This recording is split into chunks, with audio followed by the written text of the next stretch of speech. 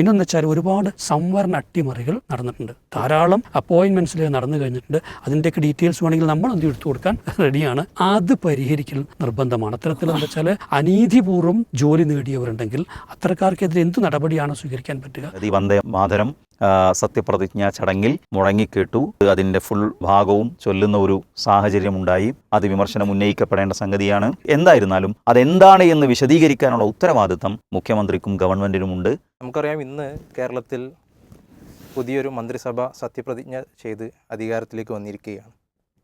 10 വർഷത്തിന് ശേഷമാണ് മറ്റൊരു മുന്നണി അധികാരത്തിലേക്ക് വരുന്നത്. ഈ ഒരു തെരഞ്ഞെടുപ്പ് പ്രഖ്യാപിച്ചത് മുതൽ അതിൻ്റെ പ്രവർത്തനങ്ങളിലും അതിനുശേഷം മുഖ്യമന്ത്രിയെ തീരുമാനിക്കുന്ന ഘട്ടങ്ങളിലും സത്യപ്രതിജ്ഞാ സമയത്തുമൊക്കെ വലിയൊരു ജനപങ്കാളിത്തത്തോടു കൂടിയാണ് ഈ പ്രോസസ്സുമെല്ലാം തീർന്നത് എന്ന് നമ്മൾ മീഡിയകളിലൂടെ കണ്ടതാണ്. ഇന്നത്തെ നമ്മുടെ ഒരു ആദ്യത്തെ വിഷയമായി ഇതാണ് നമ്മളിന്ന് എടുക്കുന്നത്. ഈ ഒരു സർക്കാരിൽ നിന്ന്, പുതിയൊരു മുന്നണി സർക്കാരിൽ നിന്ന് എന്താണ് ജനങ്ങൾ പ്രതീക്ഷിക്കുന്നത്? ഷമീൽ ആമുഖത്തിൽ സൂചിപ്പിച്ചതുപോലെ 10 വർഷത്തിന് ശേഷം ഒരു മുന്നണി മാറ്റം, ഭരണമാറ്റം കേരളത്തിൽ ഉണ്ടായിട്ടുണ്ട്. ഈ സമയത്ത് ആളുകൾക്ക് നല്ല ഉയർന്ന പ്രതീക്ഷയും, പൊതുവിൽ നമ്മൾ ഈ കാര്യങ്ങളെ വിലയിരുത്തുമ്പോൾ ചില ആശങ്കകളുണ്ടാവും, സ്വാഭാവികമാണ്. പക്ഷേ പ്രതീക്ഷയുടെ അളവ് സാധാരണത്തെ ഒരു ഗവൺമെൻറ് വരുമ്പോഴുള്ളതിനേക്കാൾ ഒരുപാട് അധികമാണ് എന്നാണ് പൊതുവിൽ മാധ്യമങ്ങളെയും സമൂഹത്തെയും ഒക്കെ നിരീക്ഷിക്കുമ്പോൾ മനസ്സിലാക്കാൻ പറ്റുന്നത്. ഞാനിപ്പോൾ നിങ്ങളുടെ സ്റ്റുഡിയോയിലേക്കുള്ള യാത്രക്കിടയിൽ തന്നെ ഒരാളൊരു കാര്യം പറയാൻ വേണ്ടി വിളിച്ചു. അപ്പോൾ സംസാരിക്കുന്നതിനിടയിൽ സൗണ്ട് ഇങ്ങനെ കുറഞ്ഞു പോയപ്പോൾ പറഞ്ഞു, ഞാൻ തിരുവനന്തപുരത്ത് നിന്ന് സത്യപ്രതിജ്ഞ കഴിഞ്ഞ് അതിൽ പങ്കെടുക്കാൻ പോയി. സജീവമായ രാഷ്ട്രീയത്തിലുള്ള ആൾ തന്നെയാണ്. അത് കഴിഞ്ഞ് തിരിച്ചു വരികയാണ് പറയണ്ടായി. അത് ഇങ്ങനെ എൻ്റെ ഒരു സറൗണ്ടിങ്സിലുള്ള ഒരു കുറച്ചധികം ആളുകൾ ഇത്തവണ അങ്ങനെ സത്യപ്രതിജ്ഞ ചടങ്ങിലേക്ക് പങ്കെടുക്കാൻ പോയതായി മനസ്സിലാക്കി. വാർത്തകൾ നമ്മൾ കാണുമ്പോഴും വലിയ ജനബാഹുല്യം അവിടെ നമുക്ക് കാണാൻ സാധിക്കുന്നു. അതുപോലെ തന്നെയാണ് മാധ്യമങ്ങൾ ഇതിനെ വലിയ രൂപത്തിലുള്ള ആഘോഷമാക്കി എടുക്കുന്നത്. സാധാരണ സത്യപ്രതിജ്ഞാ ചടങ്ങുകളും അധികാരമേൽക്കലുകളുമൊക്കെ ആളുകൾ വളരെ കാര്യമായി തന്നെ റിപ്പോർട്ട് ചെയ്യുകയും വാർത്താ പ്രാധാന്യം നൽകുകയും ചെയ്യാറുണ്ടെങ്കിലും കുറച്ചുകൂടി അധികം ഇത് മാധ്യമങ്ങളിൽ ചർച്ച ചെയ്യപ്പെടുന്നു എന്നാണ്, അതിന് വലിയ സാധാരണത്തേക്കാൾ വലിയ കവറേജ് നൽകപ്പെടുന്നു എന്നാണ് എനിക്കത് നോക്കിയപ്പോൾ ഫീൽ ചെയ്തത്. നമ്മൾ മന്ത്രിസഭയെ ജസ്റ്റ് ഒന്ന് നിരീക്ഷിക്കുമ്പോൾ, ഞാനതിനെ വളരെ ഡെപ്തിൽ പോയി വിലയിരുത്തല്ല, കുറേ വ്യത്യസ്തതകൾ ഈ മന്ത്രിസഭയ്ക്ക് കാണുന്നുണ്ട്. ഒന്നിപ്പോൾ നമ്മൾ ചിന്തിക്കുമ്പോൾ അതിൻ്റെ ഒരു വെൽ ബാലൻസ്ഡ് ആണ്. അത് സാമൂഹികമായി, പ്രാദേശികമായി ചില ജില്ലകൾക്കൊക്കെ പരാതികളുണ്ട് എന്ന് നമ്മൾ അക്കമഡേറ്റ് ചെയ്താൽ പോലും വലിയ രൂപത്തിൽ എല്ലാ വിഭാഗം ആളുകളെയും പരിഗണിച്ചിട്ടുണ്ട്. സാമൂഹികമായും എല്ലാ വിഭാഗം ആളുകളെയും പരിഗണിച്ചതായിട്ട് നമുക്ക് കാണാൻ സാധിക്കും. ഇപ്പോൾ മുഖ്യമന്ത്രി തന്നെ അവകാശപ്പെട്ടത് അനുസരിച്ച് 2 SC വിഭാഗത്തിൽ നിന്നുള്ള മന്ത്രിമാർ സഭക്കകത്തുണ്ട്. അതുപോലെ തന്നെ 2 വനിതകളുണ്ട്. പിന്നെ ഇവരുടെ പ്രൊഫൈലുകൾ നമ്മളിങ്ങനെ നോക്കുമ്പം ശരിക്കും വളരെ പാവപ്പെട്ട പശ്ചാത്തലങ്ങളിൽ നിന്ന് രാഷ്ട്രീയ രംഗത്തേക്ക് ഇറങ്ങി ആ സജീവ രാഷ്ട്രീയത്തിലൂടെ വളർന്നു വന്ന് ഈ പൊസിഷനിലെത്തിയ ആളുകൾ നമുക്ക് കാണാൻ പറ്റും. ഇപ്പോൾ എനിക്കൊന്നു വന്നത് ഏറ്റവും പ്രായം കുറഞ്ഞ മന്ത്രി OJ ജനീഷിനെ കുറിച്ച്, അദ്ദേഹം വളരെ ചെറുപ്പകാലത്ത് പിതാവ് മരണപ്പെട്ട് മാതാവ് ഒരു തൊഴിലുറപ്പ് ജോലിക്ക് പോയിരുന്ന ഒരാളാണ്.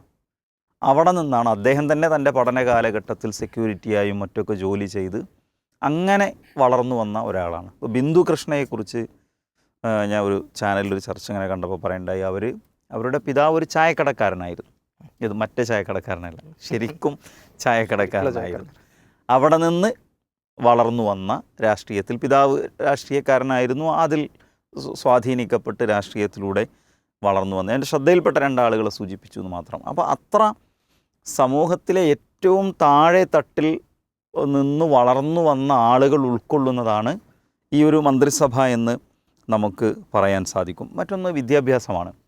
മിക്കവാറും എല്ലാവരും നല്ല വിദ്യാസമ്പന്നരായ ആളുകളാണ്. ഒരുപാട് അഡ്വക്കേറ്റുമാർ, ലോ പഠിച്ച ഒരുപാട് ആളുകളുണ്ട്. മുഖ്യമന്ത്രി തന്നെ സോഷ്യൽ വർക്കിലും നിയമരംഗത്തും ഡിഗ്രിയും PGയുമുള്ള ആളാണ്. മിക്കവാറും ആളുകളൊക്കെ എടുത്തു നോക്കിയാൽ. പക്ഷേ കേരളത്തിൽ ആദ്യമായിട്ടാണ് ഇത്ര ഡിഗ്രികളുള്ള മുഖ്യമന്ത്രി അധികാരത്തിൽ വരുന്നതെന്നില്ല ഏതോ ഒരു വാർത്ത റിപ്പോർട്ട് ചെയ്തതായി കാണുണ്ടായി. അപ്പോൾ വിദ്യാസമ്പന്നരായ ഒരു വിഭാഗം ആളുകൾ എന്ന് നമുക്ക് വരെ കുറിച്ച് പറയാൻ പറ്റും. വേറൊന്ന്, 21-ൽ 14 ആളുകൾ പുതുമുഖമാണ്. പുതുമുഖങ്ങൾ വരുന്നു എന്ന് പറയുമ്പോൾ ഒരു തലമുറയുടെ മാറ്റം ഇവിടെ സംഭവിക്കുന്നുണ്ട്. അത് ശരിക്ക് ഒരു നാട്ടിൽ ആവശ്യമുള്ള സംഗതിയാണല്ലോ. കുറേ കാലമായി ഭരണരംഗത്തുള്ള പഴയ രീതികളോടൊപ്പം കൺവെൻഷനൽ മെത്തേഡുകളോടൊപ്പം സഞ്ചരിച്ചു വരുന്നതിൽ നിന്ന് വ്യത്യസ്തമായി പുതിയ ഒരു തലമുറയിൽ നിന്നുള്ളൊരു മാറ്റം ഈ മന്ത്രിസഭയ്ക്കുണ്ടാകുന്നു എന്നാണ് മനസ്സിലാക്കാൻ സാധിക്കുന്നത്. പിന്നെ ഇവർക്ക് ഉണ്ടാകേണ്ട സ്വാഭാവികമായും ഉണ്ടായി വരുമെന്ന് നമ്മൾ പ്രതീക്ഷിക്കുന്ന ചില സംഗതികൾ ഒന്നെന്ന് പറയുന്നത് 10 വർഷമായി ഇവർ വിമർശകരാണ്. ഒരു സർക്കാരിനെ സൂക്ഷ്മമായി നിരീക്ഷിച്ച് അതിൻ്റെ എല്ലാ മേഖലകളെയും നിരന്തരമായി വിമർശിച്ചു കൊണ്ടിരിക്കുന്ന ആളുകൾ എന്ന നിലക്ക് ഒരു ഗവൺമെൻറ് കൈകാര്യം ചെയ്യുമ്പോൾ, വകുപ്പുകൾ കൈകാര്യം ചെയ്യുമ്പോൾ ഏതൊക്കെ മേഖലകളിൽ എന്തെല്ലാം പിഴവുകൾ ഉണ്ടാകാൻ സാധ്യതയുണ്ട് എന്നതിനെക്കുറിച്ചുള്ളൊരു ബോധം ഈ നിലവിലുള്ള പ്രതിപക്ഷ ദൗത്യം നിർവഹിച്ച ആളുകൾ എന്ന നിലക്ക് ഇവർക്ക് അത് സ്വാഭാവികമായി ഉണ്ടായി വരേണ്ടതാണ്. ഉണ്ടാകുമെന്നുള്ളത് നമ്മൾ കണ്ടറിയണം. അത് കുറേ കാര്യങ്ങൾ എടുത്തു നോക്കിയാൽ ഇപ്പോൾ ഏറ്റവും അധികം കഴിഞ്ഞ ഗവൺമെൻറ്റിനെ വിമർശിച്ചതൊന്നും സാമൂഹികമായ ഒരുപാട് കാര്യങ്ങളിൽ, അതിലിപ്പോൾ ഈ ഭരണമാറ്റത്തിൻ്റെ പ്രധാന കാരണങ്ങളിൽ ഒന്നായി വിലയിരുത്തപ്പെടുന്ന ചില സാമുദായിക നേതാക്കളുടെ വർഗീയ പരാമർശങ്ങൾ ഉൾപ്പെടെയുള്ള കാര്യങ്ങളിൽ ഗവൺമെൻറ്റുകളെടുത്ത സ്റ്റാൻഡുകൾ, ന്യൂനപക്ഷങ്ങൾക്കെതിരായിട്ടുള്ള രൂക്ഷമായ ഭാഷയും വിമർശനവും, പിന്നെ തീവ്രവാദ ആരോപണങ്ങൾ ഉൾപ്പെടെയുള്ള കാര്യങ്ങളിൽ ഗവൺമെൻറ് എടുത്ത നിലപാടുകൾ ശരിയായിരുന്നില്ല എന്ന് വിമർശിച്ചിരുന്ന ആളുകളാണിവർ. അതുപോലെ തന്നെ സാമ്പത്തിക രംഗത്ത് വലിയ കടം ഗവൺമെൻറ്റിന് സംസ്ഥാനത്തിന് വരുത്തി വെച്ചു എന്ന് പറഞ്ഞിരുന്നു. ഫിനാൻഷ്യൽ മിസ്മാനേജ്മെൻറ്റാണ് ഇവിടെ നടക്കുന്നത് എന്ന് നിരന്തരമായി ഇവർ പറഞ്ഞിരുന്നു. നികുതി വർദ്ധിപ്പിക്കാനുള്ള, ആളുകൾക്ക് ഭാരമാകാതെ നികുതി വർദ്ധിപ്പിക്കാനുള്ള വഴികൾ സ്വീകരിക്കുന്നില്ല എന്ന കാര്യം പറഞ്ഞിരുന്നു. നികുതി മുഴുവൻ പിരിച്ചെടുക്കുന്നില്ല എന്ന അലഗേഷൻ ഇവർക്കെതിരെ ഉണ്ടായിരുന്നു. അതുപോലെ തന്നെ പുതിയ വരുമാന മാർഗങ്ങൾ കണ്ടെത്തുന്നില്ല എന്ന ആരോപണം ഈ ഗവൺമെൻറ്റിനെതിരെ പ്രതിപക്ഷം ഉന്നയിച്ചിരുന്നു. കിഫ്ബി പോലെയുള്ള സംവിധാനങ്ങൾക്കെതിരായ ആരോപണങ്ങൾ ഉണ്ടായിരുന്നു. ധൂർത്തിനെ സംബന്ധിച്ച് മന്ത്രിമാരുടെ വാഹനങ്ങളും പിന്നെ വീടും ഓടികൂട്ടലും ഉൾപ്പെടെയുള്ള പല കാര്യങ്ങളിലുള്ള ധൂർത്ത് സംബന്ധിച്ചുള്ള വളരെ വലിയ ആരോപണങ്ങൾ, വിമർശനങ്ങൾ ഉന്നയിച്ചിരുന്നവരാണ് ഇന്ന് പിന്നെ ഭരണപക്ഷത്തെത്തിയിട്ടുള്ളത്. ആരോഗ്യരംഗത്തും അതെ, ആരോഗ്യം വെന്റിലേറ്ററിൽ എന്ന ക്യാമ്പയിൻ നടത്തിയിരുന്ന ആളുകളാണ് ഇപ്പോൾ ഭരണരംഗത്ത് വന്നിട്ടുള്ളത്. അതുപോലെ തന്നെ തൊഴിൽ രംഗത്ത് പിൻവാതിൽ നിയമനങ്ങൾ എന്ന ഒരു ആരോപണം ഉണ്ടായിരുന്നു. അതുപോലെ തന്നെ യുവാക്കളെ സംബന്ധിച്ചിടത്തോളം യൂത്തിൻ്റെ ഒരു മൈഗ്രേഷൻ കേരളത്തിൽ നിന്ന് നിരന്തരമായി നടന്നുകൊണ്ടിരിക്കുന്നു എന്ന ആരോപണം നേരത്തെ ഉന്നയിച്ചിരുന്നു. പോലീസിംഗ് രംഗത്തുള്ള കുറേയധികം കാര്യങ്ങൾ, അതിൻ്റെ സംഘീയവൽക്കരണത്തെക്കുറിച്ച്, പോലീസിൻ്റെ മാഫിയ ബന്ധത്തെക്കുറിച്ച്, പിന്നെ ആഭ്യന്തര വകുപ്പ് പരാജയമായിരുന്നു എന്നതിനെ സംബന്ധിച്ച് ആരോപണം ഉന്നയിച്ചിരുന്ന ആളുകളാണിവർ. കേന്ദ്ര സർക്കാരുമായിട്ടുള്ള ഡീലിങ്ങുകളെ സംബന്ധിച്ച് കേന്ദ്ര സർക്കാരിൻ്റെ സംഘപരിവാർ നയങ്ങൾക്ക് വിധേയപ്പെട്ടു കൊടുക്കുകയാണ് ഈ സർക്കാർ എന്ന ആരോപണം കഴിഞ്ഞ 10 കൊല്ലമായി പറഞ്ഞിരുന്നവരാണ് ഇപ്പോൾ അധികാരത്തിലെത്തിയിട്ടുള്ളത്.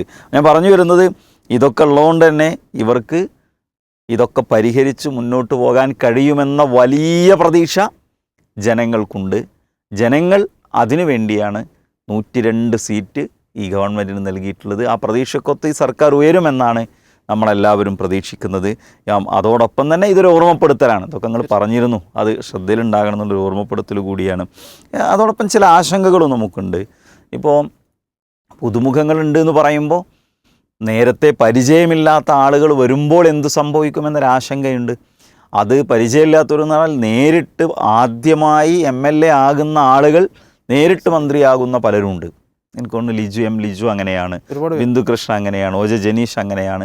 അങ്ങനെ കുറച്ചധികം ആളുകൾ, VE ഗഫൂർ അങ്ങനെയാണ്. കുറച്ചധികം ആളുകൾ നേർക്ക് നേരെ ആദ്യ ടൈമിൽ തന്നെ മന്ത്രിയാകുന്നു എന്ന അങ്ങനത്തെ കാര്യങ്ങൾ ചിന്തിക്കുമ്പോൾ ചില ആശങ്കകളും ഇവിടെ നിലനിൽക്കുന്നു. ഇപ്പോൾ 5 ഇന്ദിരാ ഗ്യാരണ്ടികൾ പ്രഖ്യാപിച്ചിരുന്നു. ആ ഇന്ദിരാ ഗ്യാരണ്ടികൾ അധികാരത്തിലെത്തിയ ഉടനെ അതിൽ 2 നടപ്പിലാക്കുന്നു എന്നതും പ്രതീക്ഷ നൽകുന്ന കാര്യമാണ്. കേരളത്തിൽ ഏറ്റവും അധികം ഉയർന്നു വന്നിരുന്ന ആളുകളുടെ ആവശ്യമായിരുന്നു ആശാവർക്കർമാരുടെ സമരം, അംഗനവാടി പിന്നെ തൊഴിലാളികളുടെ അവരുടെ ശമ്പളവുമായി ബന്ധപ്പെട്ട പാചകത്തൊഴിലാളികളുടെ, അവിടെയെല്ലാം സർക്കാർ പ്രതീക്ഷ നൽകുന്ന രൂപത്തിലുള്ള ചെറിയൊരു വർധനവ് മുന്നോട്ട് വച്ചിട്ടുണ്ട് എന്നതും പ്രതീക്ഷ നൽകുന്ന കാര്യമാണ്. എന്നാൽ ആദ്യത്തെ ദിവസം തന്നെ ഈ സർക്കാരിൻ്റെ എല്ലാവിധ ആഘോഷങ്ങളോടൊപ്പവും ആദ്യ ദിവസത്തെ ഒരു കല്ലുകടി എന്ന് പറയാവുന്ന ഒരു സംഗതി വന്ദേ മാതരം സത്യപ്രതിജ്ഞാ ചടങ്ങിൽ മുഴങ്ങിക്കേട്ടു. അതിൻ്റെ ഫുൾ ഭാഗവും ചൊല്ലുന്ന ഒരു സാഹചര്യമുണ്ടായി. അതിനെതിരെ ഇപ്പോൾ CPIM വിമർശനം ഉന്നയിച്ചിട്ടുണ്ട്. അത് വിമർശനം ഉന്നയിക്കപ്പെടേണ്ട സംഗതിയാണ്.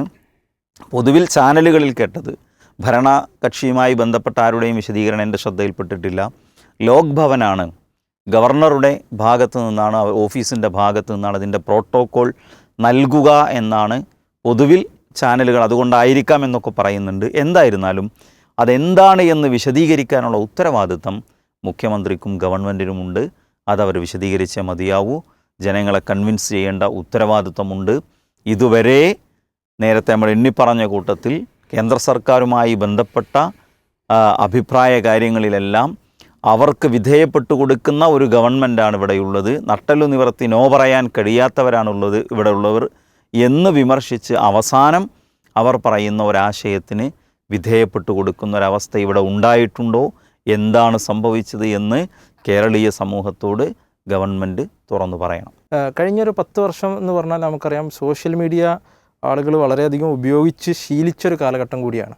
അതുകൊണ്ട് തന്നെ സർക്കാരിനെതിരെയുള്ള വിമർശനങ്ങൾ, ഇവിടെ എണ്ണിപ്പറഞ്ഞതുപോലുള്ള വിമർശനങ്ങൾ അവിടെയൊക്കെ ഡോക്യുമെൻ്റഡ് ആണ്. അതെ, ഇനി ഈ സർക്കാർ അധികാരത്തിൽ വരുമ്പോൾ തീർച്ചയായും ആ കാര്യങ്ങളൊക്കെ സോഷ്യൽ മീഡിയയിൽ വീണ്ടും വരും. നിങ്ങൾ പറഞ്ഞത് എന്തായി എന്ന് പോസ്റ്റിന് താഴെ ഒരു ഡോട്ട് ഇട്ടാണ് മേലേക്ക് വരും. ഒരു ഡോട്ട് ഇട്ടാൽ കാര്യങ്ങൾ വരും. മാത്രവുമല്ല, സർക്കാരിനെതിരെ പ്രതിപക്ഷം ഉന്നയിച്ച കാര്യങ്ങൾ വളരെ ക്ലാരിറ്റിയോട് കൂടി തന്നെ അന്ന് ഉന്നയിക്കാൻ സാധിച്ചിട്ടുണ്ട്. അത് യൂത്തിൻ്റെ ഒക്കെ മനസ്സിൽ പതിഞ്ഞ് കിടക്കുന്നുണ്ട്. യൂത്ത് വോട്ടർമാരുടെ 102 സീറ്റിൽ നമ്മൾ അതും കൂടി എണ്ണണമല്ലോ. അപ്പോൾ ഈ ഒരു പ്രതീക്ഷക്കൊത്ത് സർക്കാരിന് എന്താണ് തിരിച്ച് ചെയ്യാനുള്ളത്, അല്ലെങ്കിൽ സർക്കാരിൻ്റെ ഒരു കരുതൽ ഏത് തലത്തിലാണ് ഉണ്ടാവുക എന്നുള്ളതിനെക്കുറിച്ച് അമിത് മാഷ് എന്ത്? അല്ല, മറ്റ് ഒരു പക്ഷേ ഇപ്പം 3 പ്രതിപക്ഷമുണ്ട് എന്നുള്ളതാണ്. ഇത് CPM നയിക്കുന്ന ഇടതുപക്ഷ മുന്നണിയുണ്ട്, BJPക്ക് മോശമല്ലാത്ത 3 പേരുണ്ട്, പിന്നെ സതീശൻ മുഖ്യമന്ത്രി ആവരുത് എന്നാഗ്രഹിച്ചുകൊണ്ട് ഇവിടെ ശക്തമായി നിലനിന്ന ചിലരൊക്കെ ഉണ്ട്. അപ്പോൾ ഈ 3 പ്രതിപക്ഷത്തിനെയും ഒരേ സമയം നേരിടേണ്ടി വരുമെന്നുള്ളത് കൃത്യമായ ബോധ്യത ഉണ്ടാകണം. പിന്നെ ഇത് നമുക്ക് എല്ലാവർക്കും അറിയാം, ഇതൊരു ഇൻകുംബൻസിയിൽ നിന്ന് എന്ന് വെച്ചാൽ ഭരണവിരുദ്ധ വികാരം വളരെ വ്യക്തമായി പ്രതിഫലിപ്പിക്കപ്പെട്ട ഒരു ഇലക്ഷനാണ്. അപ്പോൾ ആ രീതിയിൽ തന്നെയാണ് ഒരു സർക്കാർ വരുന്നത്. അപ്പോൾ ആ ജനങ്ങൾക്ക് കൂടുതൽ പ്രതീക്ഷ ഉണ്ടാകും. അപ്പോൾ അവിടെ എന്താണ് സർക്കാർ ആദ്യമേ ചിന്തിക്കേണ്ട ഒരു കാര്യം, എന്തിനെതിരെയാണ് ജനങ്ങൾ വോട്ട് ചെയ്തത്? അവർ കൃത്യമായിട്ടും അവർക്ക് മടുപ്പുണ്ടാക്കിയ, വെറുപ്പുണ്ടാക്കിയ, എതിർപ്പുണ്ടാക്കിയ ചില കാര്യങ്ങളുണ്ട്. അത് എന്താണെന്ന് തിരിച്ചറിഞ്ഞുകൊണ്ട് അത് സംഭവിക്കാതിരിക്കുകയും അതിൽ വേണ്ട റെക്ടിഫിക്കേഷൻസ് എന്തൊക്കെയാണോ ഇത് വരുത്തുകയും ചെയ്യുക എന്നുള്ളത് വളരെ പ്രധാനമാണ്. വേറൊരർത്ഥത്തിൽ പറഞ്ഞാൽ, ആരാണോ ഈ നിലവിലുണ്ടായിരുന്ന സർക്കാരിനെതിരെ ഭരണവിരുദ്ധ വികാരങ്ങൾ ഉണ്ടാക്കിയത്, ഏതുതരം ശക്തികളാണോ അതിന് സർക്കാരിൻ്റെ പിറകിൽ നിന്നുകൊണ്ട് പ്രവർത്തിച്ചത്, അത്തരക്കാരെ പൂർണ്ണമായി മാറ്റി നിർത്താൻ, അത്തരം പ്രവണതകൾ പൂർണ്ണമായിട്ട് മാറ്റാൻ സർക്കാരിന് കഴിയണം. അപ്പോൾ എന്ന് വെച്ചാൽ പൊതുവെ നമുക്കറിയാപ്പോൾ ഒരിക്കലും തെറ്റുപറ്റാത്തവരാണ് ഭരണാധികാരികൾ എന്ന രൂപത്തിലുള്ള ഒരു തരം ധാർഷ്ട്യം പലപ്പോഴും സർക്കാരുകൾക്ക് സംഭവിക്കും. അപ്പോൾ ജനങ്ങൾ എന്തു പറഞ്ഞാലും അത് കേൾക്കാൻ തയ്യാറല്ലാത്ത ഒരവസ്ഥ. അപ്പം എനിക്ക് ഒന്നാമത് പറയുന്നത് വെച്ചാൽ ഇവിടെ വേണ്ടതെന്ന് തന്നെയാണ് തിരുത്താൻ തയ്യാറുള്ളൊരു സർക്കാർ ഉണ്ടാവുക എന്നുള്ളതാണ്. കേൾക്കാൻ തയ്യാറുള്ള ഒരു സർക്കാർ ഉണ്ടാവുക, അക്കൗണ്ടബിലിറ്റി ഉള്ള ഒരു സർക്കാർ ഉണ്ടാവുക, ഇത് വളരെ പ്രധാനമാണ്. അപ്പോൾ ജനങ്ങളുടെ ഒരു ശബ്ദം ശ്രവിക്കുക എന്ന് പറയുന്നത്, ഇപ്പോൾ നമ്മുടെ മുഖ്യമന്ത്രി പിണറായി വിജയൻ, പഴയ മുഖ്യമന്ത്രി, അദ്ദേഹം ഒരു നവകേരള യാത്ര നടത്തിയിരുന്നു. എന്തിനു വേണ്ടിയായിരുന്നു? ജനങ്ങളിലേക്ക് അങ്ങോട്ട് ഇറങ്ങി ചെല്ലാൻ വേണ്ടിയിട്ട്. അങ്ങനെ കുറേ പേപ്പറുകൾ കയ്യിൽ കിട്ടിയിരുന്നു. അവർക്ക് എന്ത് സംഭവിച്ചു ചോദിച്ചാൽ, അപ്പോൾ ആ രീതിയിൽ ആളുകളെ കളിയാക്കുന്നൊരു നാടകമാകാൻ പാടില്ല. കൃത്യമായിട്ടും അവരെ കേൾക്കുകയും അവരോട് പ്രതികരിക്കേണ്ടത് എങ്ങനെയാണോ ആ രീതിയിൽ പ്രതികരിക്കുകയും ചെയ്യാൻ പറ്റണം. അതിനെ തെറ്റായിട്ട് വ്യാഖ്യാനിക്കാനൊന്നും നിൽക്കരുത്. പലപ്പോഴും ഇപ്പോൾ ജനങ്ങൾക്ക് ചിലപ്പോൾ സമരം ചെയ്യേണ്ടി വരും, പ്രാദേശികമായ സമരങ്ങളുണ്ട്. അപ്പോൾ കോഴിക്കോട് ഇപ്പോൾ ഞെളിയൻ പറമ്പിൽ ആളുകൾ സഹി കെട്ടിട്ട് എന്ത് ചെയ്യുന്നു, അങ്ങനെ അവർക്ക് മൂക്ക് പൊത്താതെ ജീവിക്കാൻ വയ്യാത്ത അവസ്ഥ വരുമ്പോഴാണൊരു പ്രത്യക്ഷ സമരത്തിലേക്ക് വരുന്നത്. അത്തരത്തിലൊരു സമരത്തിലേക്ക് വരുമ്പോഴേക്ക് അത് സർക്കാർ വിരുദ്ധമാണ്, അവർ വർഗീയവാദികളാണ്, അല്ലെങ്കിൽ ഭീകരന്മാരാണ് എന്ന രൂപത്തിലൊന്നും ജനങ്ങളെ കാണാൻ ഒരിക്കലും ശ്രമിക്കരുത്. കാരണം ഏതൊരു ഭരണകൂടത്തിൻ്റെ കീഴിലാണെങ്കിലും ജനങ്ങൾക്ക് ചില സമയങ്ങളിൽ അവരുടെ പ്രശ്നങ്ങൾ പരിഹരിക്കാൻ ചിലപ്പോൾ സമരമാർഗം ഉപയോഗിക്കേണ്ടി വരും. അതിന് അതിൻ്റേതായ ഒരു അനുധാവന ചെയ്യുക എന്നുള്ളത് മാത്രമാണ് സർക്കാർ ചെയ്യേണ്ടത്. മറ്റൊന്ന് വെച്ചാൽ നമുക്കറിയാം, ഏറ്റവും കൂടുതൽ വിമർശന വിധേയമായ ഒന്നാണ് പോലീസ് സേന. പോലീസ് സേനയ്ക്കകത്ത് ചിലത് സംഭവിക്കുന്നു എന്നുള്ള വളരെ സാധാരണ ജനങ്ങളല്ല, MLA-മാരും ഒക്കെ പബ്ലിക്കായി തന്നെ തെളിവുകളടക്കം ഇക്കാര്യങ്ങൾ ഉന്നയിച്ചിട്ടുണ്ട്. അതുകൊണ്ട് തന്നെ അത്തരത്തിലുള്ള ഈ ഒരു സേനയിൽ തിരുത്തലുകൾ വരേണ്ടി വരും. അവർ ജനകീയത ഉറപ്പുവരുത്തുക, അതുപോലെ തന്നെ പോലീസിൽ നിന്ന് നീതി ലഭിക്കുമെന്നുള്ള തോന്നലുണ്ടാക്കുക, ഒപ്പം ഒരു കടന്നു ചെല്ലാവുന്ന ആളുകൾക്ക് അവരുടെ പരാതിയുമായിട്ട് ചെല്ലാവുന്ന ഒന്നായിട്ടൊരു സ്റ്റേഷൻ എന്ത് ചെയ്യണം, മാറണം. ഇപ്പോൾ സ്ത്രീ സുരക്ഷയുടെ വിഷയം വലിയ വാചകത്തിലാണ് കേന്ദ്രവും സംസ്ഥാനമൊക്കെ അത് പറയാറുള്ളത്. പക്ഷെ നമുക്കറിയാം അതിൽ ഫലത്തിൽ സംഭവിച്ചത് എന്താണ്, ഇത് വേണ്ടപ്പെട്ടവർക്ക് അല്ലെങ്കിൽ ചിലവർക്ക് മാത്രമായിട്ട് അത് കൊടുക്കുക, മറ്റു ചിലരുടെ കണ്ണീരിന് വിലയില്ലാതെയാവുന്നൊരവസ്ഥ അത് സംഭവിക്കാൻ പാടില്ല. പ്രത്യേകിച്ച് എന്താ വെച്ചാൽ ഈ സർക്കാരിനെ വോട്ട് ചെയ്ത് ജയിപ്പിച്ചതിൽ വലിയൊരു വിഭാഗം അത്തരത്തിൽ സ്ത്രീകൾ തന്നെ ആയിരിക്കും. അപ്പോൾ അവരുടെ വോയിസിന് അതിൻ്റേതായിട്ടുള്ളൊരു പ്രാധാന്യം കിട്ടണം. പിന്നെ കഴിഞ്ഞ സർക്കാരിൻ്റെ കാലത്ത് എന്തായാലും കുറേയധികം കേസുകൾ, അതായത് ഇല്ലാത്ത കേസുകൾ, NRC നമുക്ക് അടക്കം അറിയാം കേസുകൾ ഉണ്ടായിട്ടുണ്ട്. അത്തരം കേസുകൾ പുനഃപരിശോധനയ്ക്ക് വിധേയമാക്കണം, പിൻവലിക്കാൻ കഴിയുന്നത് പിൻവലിക്കണം, അല്ലെങ്കിൽ സർക്കാർ കോടതിയിൽ വെച്ച് എന്ത് ചെയ്യണം, അത് ആ രീതിയിൽ പ്രോസിക്യൂഷൻ നമുക്കറിയാമല്ലോ സെറ്റിൽ ചെയ്യേണ്ടതുണ്ട്. ഇതുപോലെ ഇപ്പോൾ ഡാൻസ് ഓഫ് പോലുള്ള ഈ സംവിധാനങ്ങൾ അതൊക്കെ എന്തിനു വേണ്ടി കൊണ്ടുവന്നു എന്നുള്ളത് വിമർശകരായ അന്നത്തെ പ്രതിപക്ഷം പറഞ്ഞിട്ടുണ്ട്. അതുകൊണ്ട് തന്നെ അത് നിലനിൽക്കാൻ അർഹതയില്ലാത്തതാണെങ്കിൽ അത് പിരിച്ചുവിടണം. മാത്രമല്ല അതിൻ്റെ ഒരു പ്രീ ഹിസ്റ്ററി പരിശോധിച്ച് അതിൽ ശിക്ഷിക്കപ്പെടേണ്ടവരുണ്ടെങ്കിൽ ശിക്ഷിക്കപ്പെടുക തന്നെ വേണം. മറ്റൊന്ന് നമുക്കറിയാം വിദ്യാഭ്യാസത്തിലാണ്. വിദ്യാഭ്യാസത്തിനകത്ത് രണ്ട് കാര്യം പ്രധാനമായിട്ട് പറയാറുള്ളത്. ഒന്നെന്താ വെച്ചാൽ ആവശ്യമില്ലാത്ത പരീക്ഷണങ്ങൾ നടത്തരുത്. അതായത് ഒരു ഗുണവുമില്ലാത്ത വിദ്യാഭ്യാസത്തിനോ കുട്ടികൾക്കോ രക്ഷിതാക്കൾക്കോ അധ്യാപകർക്കോ ഒന്നും ഒരു ഗുണവും ഉണ്ടാകില്ലെന്ന് മാത്രമല്ല ചിലപ്പം അത് ദൂരവ്യാപകമായ പ്രത്യാഘാതങ്ങൾ ഉണ്ടാക്കുന്ന. അപ്പോൾ നമുക്ക് പറയാം ജെൻഡർ എന്ന് പറയുന്നത് ഇവിടെ എന്തോ ഇതുകൊണ്ടാണ് ലോകം മാറാൻ പോകുന്നതെന്നുള്ള പോലെ അതിൽ മാത്രമായിരുന്നു ട്രെയിനിങ്ങുകൾ വരെ തീരുന്നത്. അപ്പോൾ അത്തരത്തിലുള്ള പരീക്ഷണങ്ങളല്ല ആവശ്യം. ജെന്യൂയിനായ നിലക്ക് ഇവിടുത്തെ വിദ്യാഭ്യാസ മേഖലയെ ഔന്നത്യങ്ങളിലേക്ക് കൊണ്ടുപോകാൻ കഴിയുന്ന നമ്മുടെ നാട്ടിനൊരു പ്രത്യേകത എന്താ വെച്ചാൽ വളരെ ആസ്പിറേഷൻസ് ഉള്ള കുട്ടികൾ ഉള്ളൊരു രാജ്യമാണ്. അവരുടെ ഫൗണ്ടേഷണൽ എഡ്യൂക്കേഷൻ എന്ന് പറയുന്നത് ആ രീതിയിൽ സമ്പന്നമായ സ്ട്രോങ് ആയ ഒന്നാക്കി മാറ്റാൻ പറ്റണം. അതിന് മുസ്ലിം ലീഗിൻ്റെ കയ്യിൽ ഇപ്പോൾ എന്താണ് വിദ്യാഭ്യാസ വകുപ്പ് വരികയും ചെയ്യുന്ന വലിയ ഉത്തരവാദിത്വം അവർക്ക് ഉണ്ടാകും. അത് ആ രീതിയിൽ നിർവഹിക്കാൻ കഴിയണം. മറ്റൊന്നെന്ന് വെച്ച് കഴിഞ്ഞാൽ എന്തായാലും നമ്മുടെ കേരളത്തിലൊരു ചെറിയ ഡിവൈഡുണ്ട്, തെക്കും വടക്കും നമ്മളൊരു ഡിവൈഡുണ്ട്. ആ ഡിവൈഡ് സീറ്റുകളുടെ മാത്രമല്ല ടീച്ചേഴ്സിൻ്റെ ഡിസ്ട്രിബ്യൂഷന് ഒക്കെ ഒന്നാണ്, അതിൻ്റെ ഇൻഫ്രാസ്ട്രക്ചറുകൾ. ഇത് പരിഹാരത്തിന് വിധേയമാകണം, ബോധ്യപ്പെടുത്തിക്കൊണ്ട് തന്നെ. ഇതൊരു അനീതിയല്ല എന്നും ഇതൊരു നീതിയാണ് എന്നുള്ളത് ഒരു സർക്കാരിൻ്റെ തലത്തിൽ നിന്നുകൊണ്ട് വിശദീകരിച്ച് ബോധ്യപ്പെടുത്തിക്കൊണ്ട് തന്നെ പരിഹാരത്തിലേക്ക് പോകുന്നുണ്ട്. പിന്നെന്ന് വെച്ചാൽ ഒരുപാട് സംവരണ അട്ടിമറികൾ നടന്നിട്ടുണ്ട്. ധാരാളം അപ്പോയിൻമെൻറ്റ്സിൽ നടന്നു കഴിഞ്ഞിട്ടുണ്ട്. അതിൻ്റെയൊക്കെ ഡീറ്റെയിൽസ് വേണമെങ്കിൽ നമ്മൾ എന്ത് എടുത്തു കൊടുക്കാൻ റെഡിയാണ്. അത് പരിഹരിക്കൽ നിർബന്ധമാണ്. അത്തരത്തിലെന്ന് വെച്ചാൽ അനീതിപൂർവ്വം ജോലി നേടിയവരുണ്ടെങ്കിൽ അത്തരക്കാർക്കെതിരെ എന്ത് നടപടിയാണോ സ്വീകരിക്കാൻ പറ്റുക ആ നടപടികൾ സ്വീകരിക്കണം. കാരണം ഇതൊക്കെ തിരുത്തപ്പെടേണ്ടത് തിരുത്തിയിട്ടില്ലെങ്കിൽ ഒരു സാമൂഹ്യ ക്രമത്തിൻ്റെ ആരോഗ്യത്തെ അത് കാലാകാലത്തേക്ക് ബാധിക്കുക തന്നെ ചെയ്യും. മറ്റൊന്ന് വെച്ചാൽ ഈ തൊഴിൽ നിയമനങ്ങൾ നടന്നിട്ടുണ്ട്. ഇപ്പോൾ നിങ്ങൾ പറഞ്ഞത് അതൊക്കെ എന്ത് ചെയ്യണം. ഞാൻ കേട്ടെന്ന് ഈ സർക്കാർ പുറത്തു പോകുന്നതിന് ഒരു 1-2 ആഴ്ച മുൻപ് നമുക്കറിയാവുന്ന ഒരു സ്ത്രീയോട് അടുത്തുള്ളൊരു പ്രദേശത്തെയാണ്, അവരോട് ചോദിച്ചപ്പോൾ അവരെന്ത് ചെയ്തിട്ടുണ്ട്, അവർക്ക് അവിടെ ഒരു ജോലി കിട്ടിയിട്ടുണ്ട്. അപ്പോൾ ജോലിയുടെ ഈ ടേം എന്താ വെച്ചാൽ പൂന്തോട്ട ഇതെന്നുള്ളതാണ്, നോക്കുക ഗാർഡനറാണ്. അപ്പോൾ ചോദിച്ചു അതിപ്പോൾ നിങ്ങൾക്ക് ആ പരിപാടിയൊന്നും അറിയില്ലല്ലോ. അപ്പോൾ അവർ പറഞ്ഞാൽ അതൊന്നുമില്ല, അവിടെ വെച്ചാൽ ഈ മറ്റേ മുഖ്യമന്ത്രിയുടെ ടേബിളിൽ കൊണ്ടുപോയിട്ട് പൂവ് കൊണ്ടുപോയിട്ട് വെക്കുക, ഇങ്ങനെയുള്ള ചെറിയ ചെറിയ ഇതുകളുള്ളൂ. പക്ഷെ അതൊക്കെ വളരെ നിഗൂഢമായി ഇത്തരം അപ്പോയിൻമെൻറ്റ്സ് നടന്നിട്ടുണ്ട്.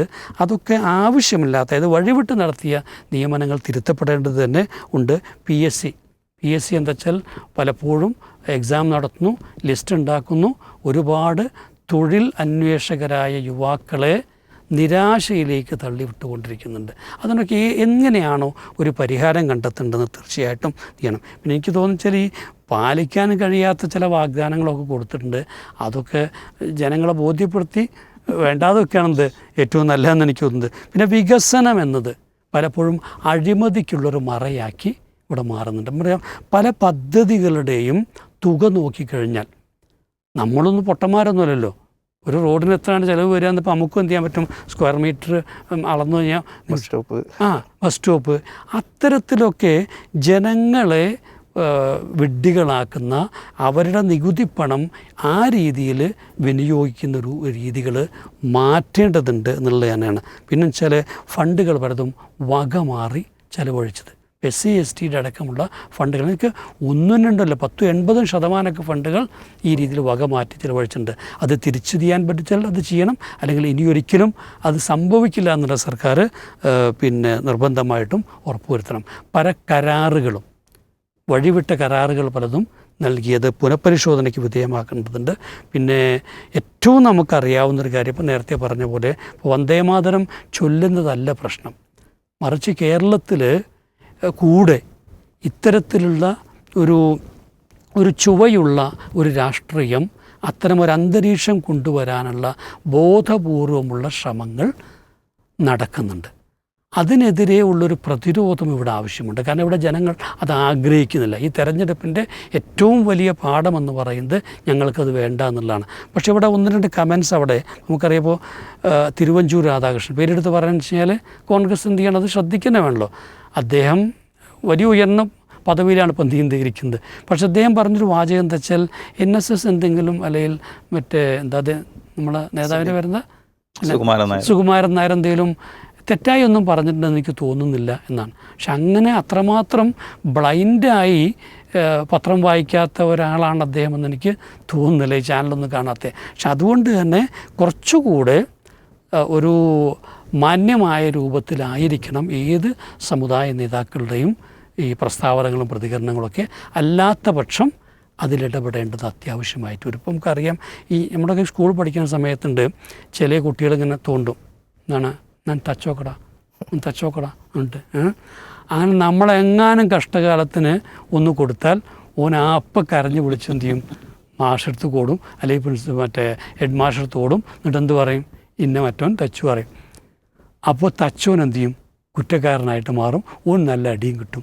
ഇപ്പോൾ നമ്മുടെ മഹാനായ വെള്ളാപ്പള്ളി നടേശൻ ചെയ്തുകൊണ്ടിരിക്കുന്നതാണ്. അദ്ദേഹം എന്ത് ചെയ്യുക, എങ്ങനെയെങ്കിലും ഒരു പ്രകോപനം ഉണ്ടാക്കി അദ്ദേഹത്തെ ഒന്ന് അറസ്റ്റ് ചെയ്യിപ്പിക്കുകയോ ഒന്ന് ചെയ്താൽ പ്രതിപക്ഷം എല്ലാം കൂടെ 86 വയസ്സ് ആലോചിക്കണം. അപ്പോൾ ആ വയോവൃദ്ധനെ എന്താണ് അറസ്റ്റ് ചെയ്യിപ്പിച്ചു എന്ന് വരുത്തി തീർക്കാനുള്ള ഒരു ശ്രമമുണ്ട്. ഞാൻ ഭയപ്പെടുന്നത് എന്താ വെച്ചാൽ അദ്ദേഹത്തെക്കുറിച്ചുള്ള മറ്റ് സാമ്പത്തിക ഈ വിവാദങ്ങളൊക്കെ ഇവിടെ പൊങ്ങി വരാനിടയുണ്ടെന്ന് അദ്ദേഹം ഭയപ്പെടുന്നുണ്ട്. അപ്പോൾ അതിനെതിരെ ഒരു മുൻകൂർ മറ അദ്ദേഹം ഉണ്ടാക്കുകയായിരിക്കും. എന്തായാലും അതൊക്കെ കൃത്യമായിട്ടൊരു ധാരണ വേണം. ഏറ്റവും എനിക്ക് സർക്കാരിൻ്റെ പറയാനുള്ള കാര്യം വെച്ചാൽ ഇവിടെ ഉദ്യോഗസ്ഥർ മാറുന്നില്ല. ഉദ്യോഗസ്ഥർ അവിടെ അതേപോലെയൊക്കെ തന്നെ ഉണ്ട്. ഇവരാണ് പൊതുവെ ഭരണത്തെ നിയന്ത്രിക്കുകയും ചെയ്യുന്നത്. നേരത്തെ നിഷാദ് സലഫി പറഞ്ഞ പോലെ ഇതിലിപ്പോൾ നമ്മളെ മുഖ്യമന്ത്രി സതീശൻ പോലും എന്താണ് ആദ്യമായിട്ടാണ് മന്ത്രിയായിട്ട് മാറുന്നത്. സ്വാഭാവികമായും അതൊരു ഭരണ പരിചയത്തിലെ കുറവെന്ന് ഞാൻ പറയുന്നില്ല. പക്ഷേ ഇതിൻ്റെ ഇൻട്രിക്കസീസ് ഉണ്ടാവും, ഒരുപാട് ആഴത്തിലുള്ള നൂലാമാലകളുണ്ട്. അത്തരം കാര്യങ്ങൾ ഒരു പക്ഷേ പരിചയിക്കാത്ത പലർക്കും തെറ്റുപറ്റാൻ വളരെ എളുപ്പമാണ്. ഇന്നതാണെന്ന് പറയുമ്പോൾ അറിയാതെ എളുപ്പപ്പെടും. അത്തരത്തിലുള്ള ഈ അപകടങ്ങളിലേക്ക് ഉദ്യോഗസ്ഥർ കൊണ്ടുപോകാനുള്ള സാധ്യതയുണ്ട്. അതുകൊണ്ട് ഉദ്യോഗസ്ഥന്മാർക്ക് ആദ്യം വാണിംഗ് കൊടുക്കണം. ഏതെങ്കിലും നിലയിൽ ഈ വഴിതെറ്റിക്കുകയാണെങ്കിൽ ശക്തമായിട്ടുള്ള നടപടി ഉണ്ടാകുന്നു. കാരണം വെച്ചാൽ ഉദ്യോഗസ്ഥ ദുർഭരണം സംഭവിക്കുക പലപ്പോഴും ഈ മറ്റേ മന്ത്രിമാരുടെ ഭരണപരിചയത്തിൽ നിന്ന് ആയിരിക്കും. അതിനൊരിക്കലും അവസരമുണ്ടാകരുതെന്നുള്ളതാണ്. പിന്നെന്ന് വെച്ചാൽ നമുക്കറിയാം ഇവിടെ പ്രവാസികൾ ഒക്കെ വലിയ പ്രയാസം അനുഭവിച്ചു കൊണ്ടിരിക്കുന്ന ഒരു കാലമാണിപ്പോൾ. തിരിച്ചുവരവുകളും പ്രതിസന്ധികളൊക്കെ ഉണ്ട്. അതുകൊണ്ട് തന്നെ കൃത്യമായൊരു പോളിസി ആ വിഷയത്തിൽ ഉണ്ടാക്കുകയും എന്തൊക്കെയാണോ ചെയ്യാൻ പറ്റുന്നത് വെച്ചാൽ അത് ചെയ്യേണ്ടതുണ്ട്. പിന്നെ ഇപ്പോൾ ഹജ്ജ് കമ്മിറ്റി, വഖഫ് ബോർഡ്, ഇത്തരത്തിലുള്ള കുറേ ബോഡികളുണ്ട്. ഇതിലൊക്കെ എന്താ വെച്ചാൽ മാന്യമായ നിലയിൽ എല്ലാവർക്കുമുള്ള പ്രാതിനിധ്യം കൊടുക്കുക എന്നുള്ളത് പ്രധാനമാണ്. അത് മാത്രമല്ല, ഇപ്പോൾ അതിനിപ്പോൾ ദേവസ്വം ബോർഡാണെങ്കിൽ എന്തോ ആയിക്കോട്ടെ, ഏതൊരു ഇതിനെയും റീകൺസ്റ്റിറ്റ്യൂട്ട് ചെയ്യുന്ന സമയത്ത് ഒരു വിഭാഗീയമായിട്ടോ അല്ലെങ്കിൽ പരിമിതമായ അർത്ഥത്തിൽ ചിലരെ മാത്രം പ്രീണിപ്പെടുത്തുന്ന രൂപത്തിലുള്ള ഇതുകൾ ഉണ്ടാകരുത് എന്നുള്ളതാണ്. പിന്നെ ഈ മാർക്കറ്റിൽ ഇടപെടുക എന്നുള്ളത്, സർക്കാർ മാർക്കറ്റിൽ ഇടപെടുക എന്നുള്ളത് പ്രധാനമാണ്. അതിന് ഏത് രീതിയിലാണോ കഴിയുക എന്നുള്ളത് ചെയ്യണം. പിന്നെന്തായാലും കേന്ദ്ര ഗവൺമെൻറ്റിൽ നിന്നുണ്ടാകാവുന്ന ഒരുപാട് സമ്മർദ്ദങ്ങളുണ്ടാകും. അതിനെ അതിജീവിക്കേണ്ട എങ്ങനെയാണെന്നുള്ളൊരു മുൻകൂർ ധാരണ ഈ സർക്കാരിനുണ്ടാകണം. എന്തായാലും എനിക്ക് തോന്നിച്ചാൽ നന്നായിട്ട് ഹോംവർക്ക് ചെയ്യേണ്ട ഒരവസ്ഥയിലാണ്. ജനങ്ങളുടെ യഥാർത്ഥ പ്രശ്നങ്ങളാണ് അവർ പരിഹരിക്കാൻ ശ്രമിക്കേണ്ടത്. PR വർക്കല്ല പ്രധാനം, സോഷ്യൽ സർവേയാണ്, സോഷ്യൽ ഓഡിറ്റിംഗ് ഉണ്ടാവും എന്നുള്ളൊരു ധാരണ ഉണ്ടാവുക. ഒപ്പം എന്താ വെച്ച് കഴിഞ്ഞാൽ മാധ്യമങ്ങളിൽ ട്രാപ്പുകൾ ഉണ്ടാവും. ആ ട്രാപ്പുകളിൽ വീഴാതിരിക്കലും വളരെ പ്രധാനമാണ്. എന്തായാലും ഒറ്റ വാക്കിൽ പറഞ്ഞാൽ ഭരണകൂടം കൊണ്ട് ദുരുപയോഗങ്ങൾ ഉണ്ടാകരുത്.